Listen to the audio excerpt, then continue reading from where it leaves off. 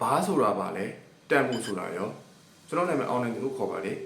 music production နဲ့ audio engineering class တွေကို online ကနေသင်ကြားပေးနေတဲ့လူတယောက်လည်းဖြစ်ပါတယ်ကျွန်တော်ရဲ့ဗီဒီယိုတွေကိုကြည့်ချင်တယ်ဆိုရင် Wayboxing Studio YouTube channel မှာတွားရောက်ကြည့်လို့ရပါတယ်တန်မှုဆိုတာတော့ကျွန်တော်တို့ချိန်လုံးလို့သတ်မှတ်လို့ရတယ်ပေါ့နော်ဥပမာအဖြစ်ချင်းတစ်ပုတ်ကိုဘယ်လောက်ထားပြီးတီးချင်တာလဲကဏ္ဍနဲ့ပြောတာပေါ့နော်80လား100လား150လားတက်လောက်ထားပြီးကျွန်တော်တီးလို့ရတယ် say something ပေါ့နော်ကိုယ့်ဘက်ကိုသတ်မှတ်ပြီးတီးလို့ရတယ်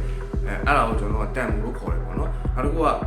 main တချင်းကတန်မှုဘယ်လောက်နဲ့တီးထားတာလဲအဲ့ဒါကျွန်တော် audio သမားအချင်းချင်းမေးရင်တော့တီးတယ်ပေါ့နော်ဒါကတော့တစ်မျိုးပေါ့နော်နောက်တစ်ခုက beat ဆိုတာနဲ့ဘာဆိုတာကဘာလဲပေါ့နော်ကျွန်တော် beat ဆိုတာကရိုက်ချက်ဘာဆိုတာကကန့်တက်နေပြီလို့ကျွန်တော်သတ်မှတ်လို့ရပါတယ်ဥပမာအဖြစ်1 2 3 4ဆိုရင်4 beat ပေါ့နော်4 beat ရိုက်ချက်ဆိုရင်ကျွန်တော်ကတဘာလို့ယူဆလို့ရပါတယ်နောက်တစ်ခါထပ်ပြောပါမယ်ကျွန်တော်1 2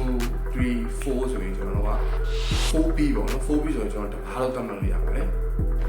ကျွန်တော်ဒီလာအတွက် music production class နဲ့ကျွန်တော် audio engineering class တွေကိုဖွင့်လှစ်ဖို့ရှိပါတယ်ကျွန်တော်တို့လာရောက်မြင်ရပြီးစုံစမ်းလို့ရပါတယ်အားလုံးကျေးဇူးတင်ပါတယ်